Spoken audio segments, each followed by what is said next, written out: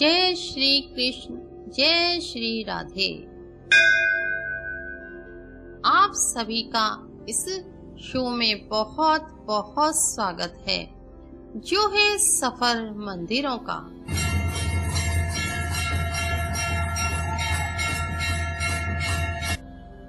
मैं हूँ आरजे अलका अग्रवाल। आशा है आपको यह शो पसंद आएगा। आज आप सभी को मैं श्री धाम वृंदावन की जानकारी दूंगी।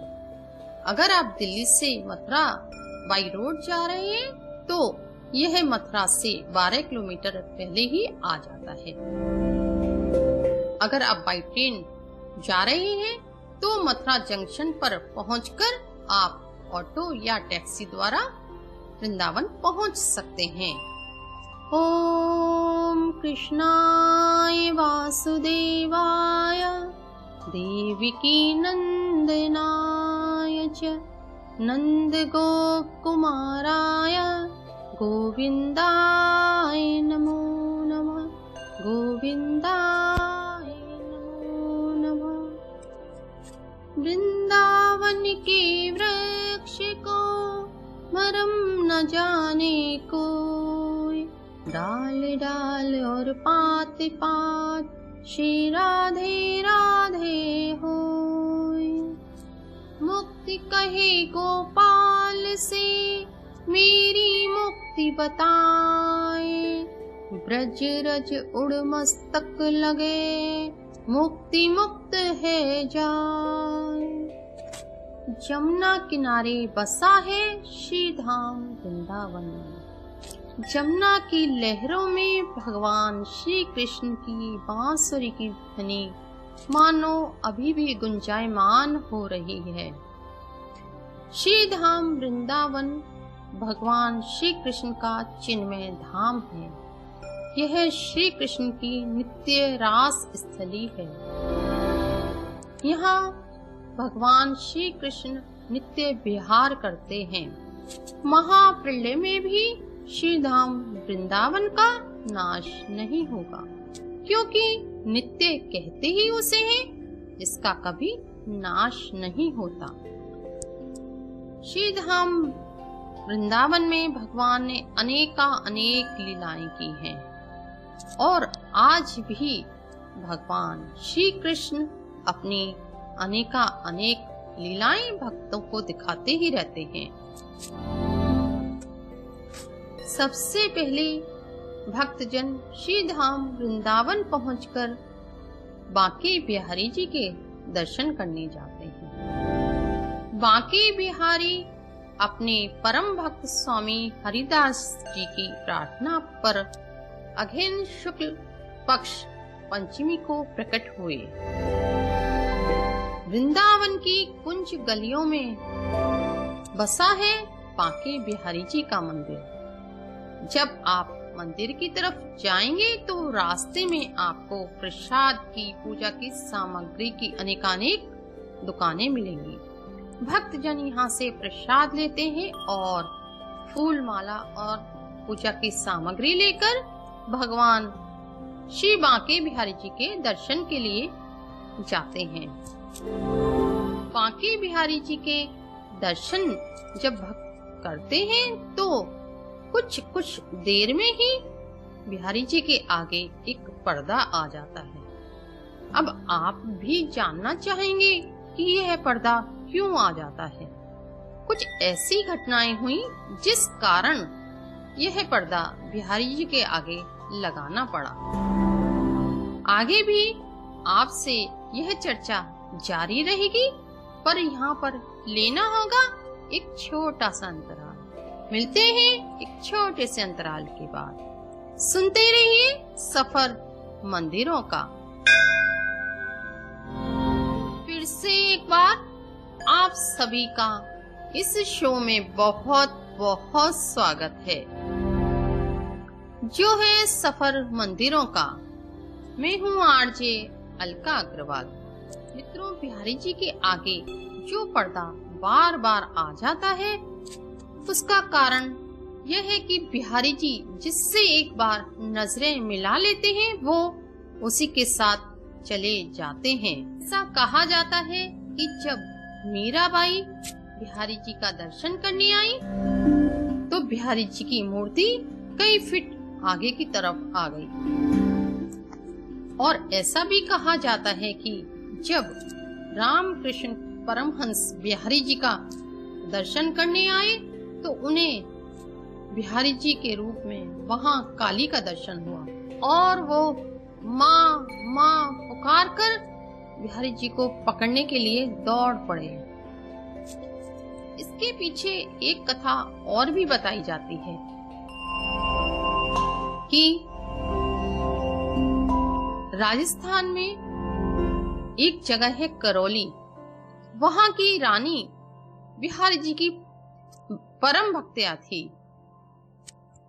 वो हर पूर्णिमासी राजा के साथ बिहारी जी का दर्शन करने आती। एक बार जब वो दर्शन करने आई तो बिहारी जी के मंदिर की परिक्रमा करने लगी। परिक्रमा करते समय रानी को घुंघरुओं की आवाज सुनाई दी और मानो रानी को ऐसा लग रहा हो कि बिहारी जी उससे कह रहे हैं कि रानी मुझे अपने साथ ले चल, अपने साथ ले चल। रानी ने पीछे मुड़ के देखा तो कोई नहीं, तो रानी ने राजा से कहा कि बिहारी जी कह रहे हैं कि मुझे अपने साथ ले चल। राजा बोले नहीं, तुम्हें ऐसा ही लग रहा है। रानी लौटकर करौली आ गई। जब करौली आकर उसने सुबह अपना मंदिर खोला तो देखा साक्षात बिहारी जी उसके मंदिर में बैठे हुए हैं। अब बिहारी जी की पूजा करौली में होने लगी और उधर सब गोस्वामी परेशान हो उठे कि बिहारी जी कहाँ गए। तब वहां के एक गोस्वामी ने ध्यान लगाया और पता लगाया कि बिहारी जी तो करौली में जाकर बैठे हैं। अब होली का उत्सव आने ही वाला था तो बिहारी जी के बिना होली ब्रज में कहाँ संभव है, तो सभी ने करौली जाने का विचार किया। हाँ, करौली जाकर सबने खूब होली खेली। होली में लोग भांग भी पीते हैं तो वहाँ ठंडाई में थोड़ी भांग मिला दी गई तो वहाँ के कुछ लोग भांग पीकर सो गए। तब गोस्वामी लोग बिहारी जी को लेकर चल पड़े। उस टाइम घोड़ों से यात्रा हुआ करती थी। बिहारी जी को लेकर वो भरतपुर के राजा के महल में रुके। उधर जब करौली के राजा को पता चला बिहारी जी चले गए तो उधर से भी उनकी सेना चल पड़ी, पर भरतपुर के राजा की सेना ने करौली के राजा की सेना को मार भगाया और बिहारी जी को लेकर गोस्वामी लोग वृंदावन आ गए। फिर तभी एक बैठक बिठाई गई। उसमें यही विचार किया गया कि बिहारी जी की नजरें जिससे मिलती हैं बिहारी जी उनके साथ चल पड़ते हैं। तो कुछ घटनाएं ऐसी हुई कि बिहारी जी के आगे यह पर्दा लगाना पड़ा। आगे भी आपसे चर्चा जारी रहेगी, पर यहाँ लेना होगा एक छोटा सा अंतराल। सुनते रहिए सफर मंदिरों का। फिर से एक बार आप सभी का इस शो में बहुत बहुत स्वागत है। आप सुन रहे हैं सफर मंदिरों का आरजे अलका अग्रवाल के साथ। कजरारी तेरी आंखों में क्या खूब भरा एक टोना है, तेरा तो हसन औरों का मरन बस जान हाथ से धोना है। क्या खूबी हुस्न बयां करूं, ये सुंदर श्याम सलोना है। ललित किशोरी के प्राण जीवन धन, ब्रज का तू एक खिलौना है, ब्रज का तू एक खिलौना है। बांके बिहारी अपने भक्तों को आज भी चमत्कार दिखाते रहते हैं। श्री बांके बिहारी अपने परम भक्त स्वामी हरिदास की परम साधना से प्रकट हुए। मार्गशीर्ष शुक्ल पक्ष पंचमी को वृंदावन के निधवन में राधा और कृष्ण रूप में प्रकट हुए। तब स्वामी हरिदास जी बोले, मायरी सहज जोरी प्रकट हुई, एक श्यामल एक गौर। पर स्वामी जी कहने लगे, प्रभु मैं तो संत हूँ, आपको तो मैं कुछ भी पहना दूंगा तो चल जाएगा, पर राधा रानी को नित नया श्रृंगार कहाँ से लाऊंगा। तब भगवान कृष्ण अपने भक्त के मन की बात समझ गए और राधा कृष्ण एक हो गए। बांके बिहारी का जो रूप है वो राधा कृष्ण का सम्मिलित ही रूप है, क्योंकि कृष्ण और राधा दो नहीं हैं, दो देह और एक प्राण हैं। भगवान कृष्ण की परम आह्लादनी शक्ति है राधा, बस लीलाट दो हो जाते हैं। अब हमारे साथ हैं पंडित पुरुषोत्तम गोस्वामी जी। पंडित जी, आपका रेडियो उड़ान पर बहुत बहुत स्वागत है। राधे राधे। जय जय श्री राधे। पहले तो मैं आप सभी लोगों का धन्यवाद करना चाहता हूं, जो ब्रज की महिमा के लिए और ब्रज के जो लोगों से जुड़े हुए सभी चीजों को बताने के लिए, सबके लिए बहुत बहुत धन्यवाद जी। पंडित जी, सबसे पहले आप हमारे श्रोताओं को वृंदावन की महिमा बताएं और बांके बिहारी कैसे प्रकट हुए, इसके बारे में बताएं। जी, वैसे तो वृंदावन की जो महिमा है वो अत्यंत ही दुर्लभ है, क्योंकि प्राचीन ग्रंथों में और प्राचीन पुराणों में भी इसका वर्णन है कि ये राधा कृष्ण के स्वयं वक्षस्थल से स्वयं प्रकट है वृंदावन के। वृंदावन नाम था तुलसी और वन माने जंगल के। वृंदा नाम की जो सती थी, उन्हीं के मतलब दूसरे अवतार के रूप में इसको वृंदावन बोला जाता है। ये भगवान श्री कृष्ण और राधा के युगल रूप से प्रकट है। ये गोलोक है, गोलोक भगवान श्री कृष्ण का स्वयं का लोक है, इसलिए इसको वृंदावन बोला जाता है। और यही बांके बिहारी जी की जो मूर्ति जो प्रकट हुई है, ये बांके बिहारी जी असल में बांके बिहारी जी आज पूरे विश्व में विख्यात हैं, क्योंकि भगवान श्री कृष्ण का बांके मतलब बांके बोलते हैं मतलब तिरछा, और बिहारी मतलब बिहार करने वाला। तो बांके बिहारी जो भगवान का एक जो नाम आता है, उस नाम के आने से मन में एक रोमांचित होता है, होने लग जाता है, मन में एक रोमांच होने लग जाता है। वो कहते हैं ना कि पीरी पाग बंधी सिर पर, मोर मुकुट मन रहो हरसानो, नैन बड़े मुख मुस्कान रखे, तिरछी चितवन सेन चलानो। के बांके बिहारी की महिमा तो ऐसी है कि जैसे कि राधा कृष्ण स्वयं साक्षात सामने खड़े हों, सामने प्रकट हों। बांके बिहारी की जो मूर्ति है वो स्वामी श्री हरिदास जी महाराज ने अपनी भजन साधना के तपस्या के बल पर निधिवन से प्रकट करी थी, और वही मूर्ति बांके बिहारी मंदिर में आज विराजमान है। ये मंदिर 2 बार बन चुका है। पहले जो बना था तो ये रानी लक्ष्मीबाई ने बनवाया था, उसके बाद में सेठ हरगुलाल जी ने इसको दोबारा जीर्णोद्धार कराया था। सेठ हरगुलाल जी के द्वारा ये बनाया गया। यहीं से जो पहली बार जब मीराबाई वृंदावन आई थी, तो ये ठाकुर जी के दर्शन करने गई, तो ये मूर्ति स्वयं अपने आप चलकर मीराबाई के आगे तरफ सामने बढ़ने लगी। तो तभी से यहाँ पे ये पर्दाओं का अब करने लग गए कि 2 मिनट बाद में जो पर्दा लगता है कि नैन से नैन ना मिले, क्योंकि अगर नैन से नैन मिल जाए तो वहाँ के बिहारी जी उन्हीं के साथ चल देते हैं। जी जी। यही मूर्ति यहाँ से निधवन से प्रकट करी थी स्वामी हरदास जी महाराज ने। जी। स्वामी हरदास जी महाराज ललिता सखी के अवतार थे। तो जब वृंदावन में स्वामी हरदास जी महाराज आए, तो उन्होंने जब निधिवन में आकर के राधा कृष्ण का ध्यान किया, तो यहाँ राधा कृष्ण ने प्रकट होकर के उनसे कहा कि आप अपनी भजन साधना से हमको यहाँ से प्रकट करो और हमारे प्रेम भक्ति रस अवतार को पूर्ण रूप में पूरे जगत में प्रसार करो। तभी से यहाँ से ये मूर्ति प्रकट हुई, और यही अकबर आया था। वो स्वामी हरदास जी जो थे वो तानसेन और बैजू बावरा के गुरु थे। जी जी। हाँ, जय श्री स्वामी हरदास। पंडित जी, बांके बिहारी जी के जो फूल बंगले सजते हैं, थोड़ा हमें आप इसके बारे में भी बताएं। बांके बिहारी जी के जो फूल बंगले जो बनते हैं, जो लगाए जाते हैं, ये लोगों की इच्छा से लगते हैं, लोगों के द्वारा लगाए जाते हैं, क्योंकि बांके बिहारी जी को फूलों की सैया लगाई जाती है, इसको सैया बोलते हैं। तो बांके बिहारी जी के लिए जो करोड़ों रुपए के, लाखों रुपए के फूल बंगले हर नित्य रोज सजाए जाते हैं, जो बांके बिहारी जी के चरणों में मतलब शोभायमान होते हैं। आगे भी चर्चा जारी रहेगी, सुनते रहिए सफर मंदिरों का।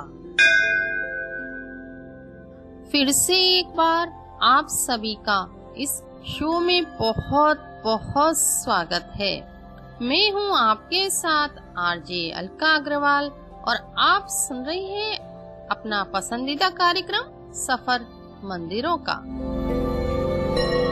बंसी की धुन सुनते ही प्राणनाथ सुध खोए, जड़ चेतन बन झूमते यह लख अचरज होए।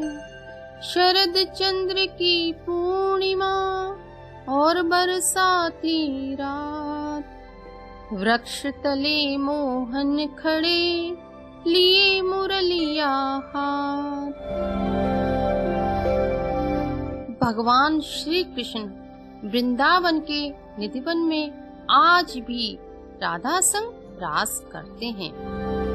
यह रास आत्मा और परमात्मा का मिलन है। ऐसा कहा जाता है निधिवन जी में संध्या आरती के बाद सभी को वहां से हटा दिया जाता है। यहाँ तक कि वहाँ कोई भी पशु पक्षी नहीं रहता। वहाँ की जो लताएं पताएं हैं वो सब रात में गोपियां बन जाती हैं।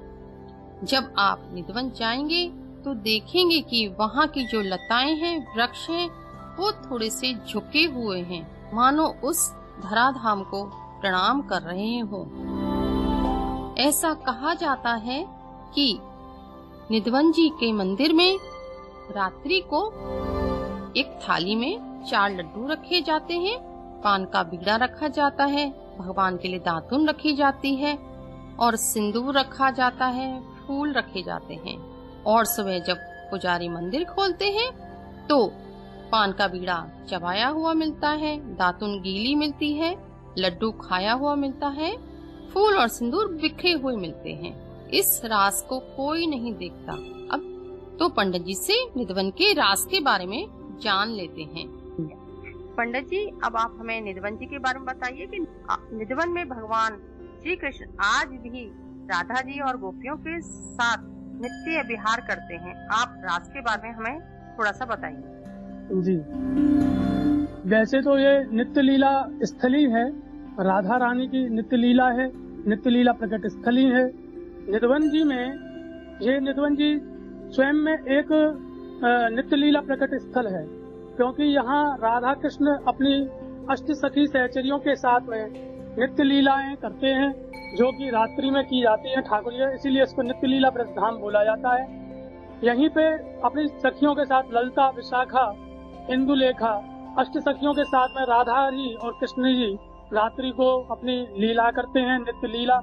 जो कि यहाँ पे ऐसा है कि जब भी कोई यहाँ पे रास लीला जो चलती है तो रात्रि को यहाँ कोई रुक नहीं सकता है।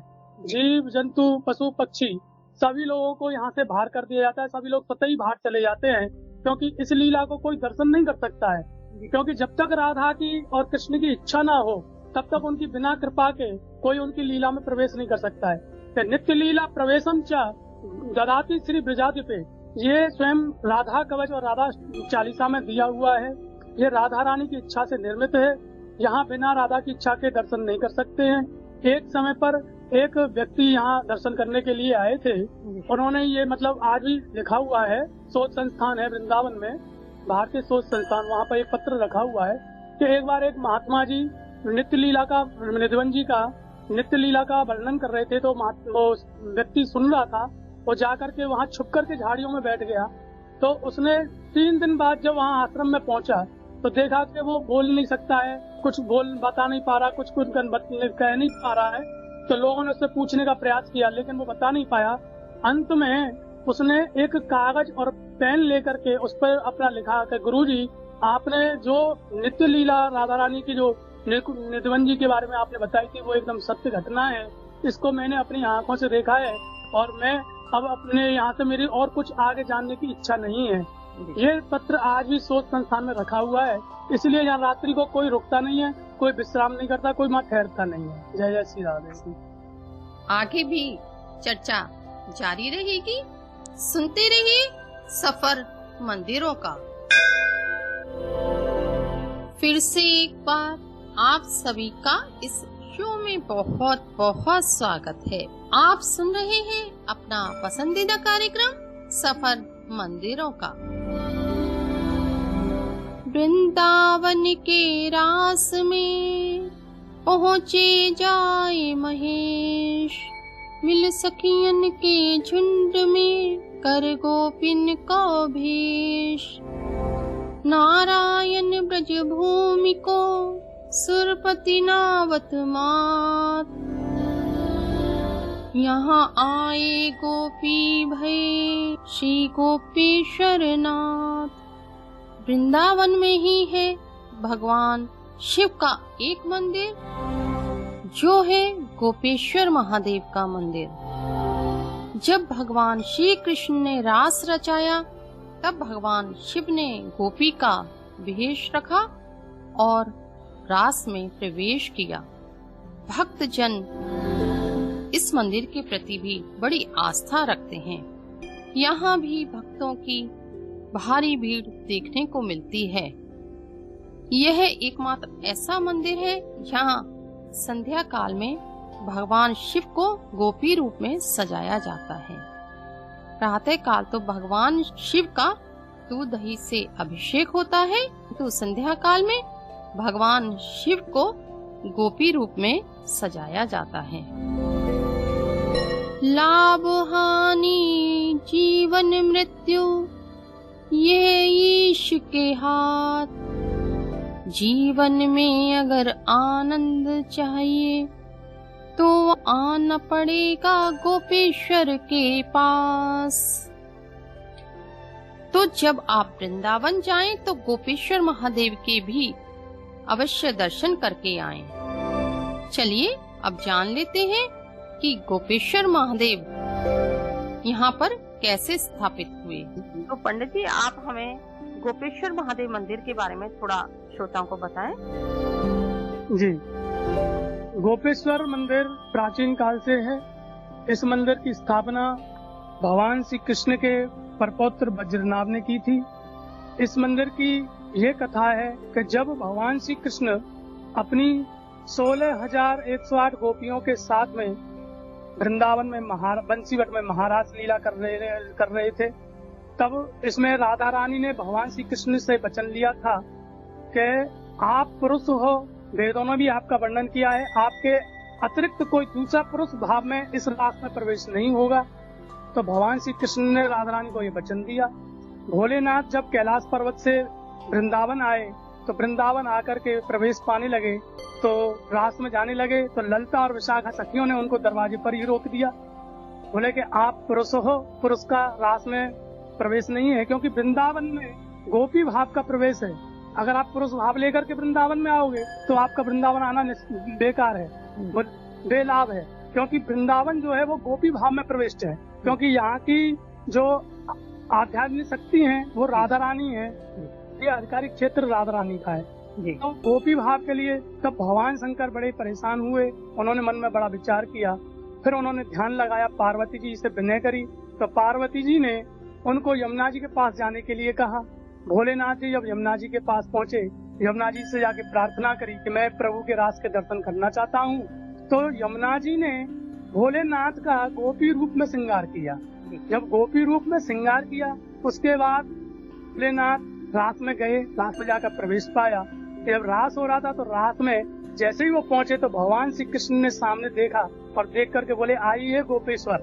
गोपेश्वर मतलब जो गोपियों के ईश्वर हैं, जो गोपियों के भगवान हैं। ईश्वर मतलब भगवान, जो गोपियों के भगवान हैं। इस प्रकार से नाम से उनको बुलाया। तो भगवान शंकर ने उनको मनी मन प्रणाम किया। बोले, प्रभु आप मेरी पोल यहाँ मत खोल देना, कि अगर आपने मेरी पोल खोल दी तो मुझे वैसे बाहर जाना पड़ेगा। तो भगवान श्री कृष्ण मुस्कुरा गए और उनको रास का आनंद लेने लगा। रास में इतने उन्मग्न हो गए कि नाचते नाचते उनका सारा श्रृंगार एक एक करके खुल के इधर उधर गिरने लग गया। तो इसी प्रकार से वो अपने पुरुष भाव में आ गए। पुरुष भाव में जैसे ही वो आने लगे अपने तांडव स्वरूप में, तो राधा रानी ने उनको तुरंत पहचान लिया। जब राधा रानी ने उनको पहचान लिया तो राधा रानी भगवान श्री कृष्ण से नाराज हो गई। बोले कि आपने तो कहा था कि केवल आप ही पुरुष रहेंगे इस रात में, फिर आपने ये भोलेनाथ जी को प्रवेश कैसे दे दिया। तो राधा रानी यहाँ भगवान श्री कृष्ण से नाराज होकर के और मानसरोवर में जाकर के विराजमान हो गई, जो यहाँ से करीब 2-2.5 किलोमीटर आगे है। यमुना पार करके जाना पड़ता है। आज भी मानसरोवर के नाम से प्रसिद्ध है। तो राधा रानी वहाँ विराजमान हो गई। ये गोपेश्वर की लीला है। इसको बद्रीनाथ जी ने, जो भगवान श्री कृष्ण के परपुत्र थे, उन्होंने इस मंदिर की स्थापना करी। जी जी जी जी पंडित जी। तो पंडित जी बहुत बहुत धन्यवाद इतनी सारी जानकारी देने के लिए। आगे भी आपसे हम जुड़ते रहेंगे। धन्यवाद पंडित जी। जय श्री राधे, जय श्री राधे। तो आपको आज का शो कैसा लगा? अपना फीडबैक www.radioudan.com पर देना ना भूलिए।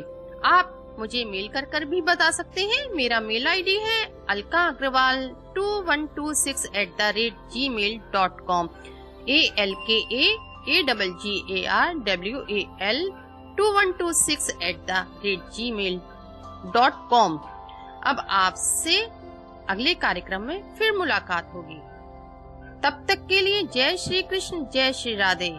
सुनते रहिए रेडियो उड़ान, ए फ्लाइट ऑफ लाइफ।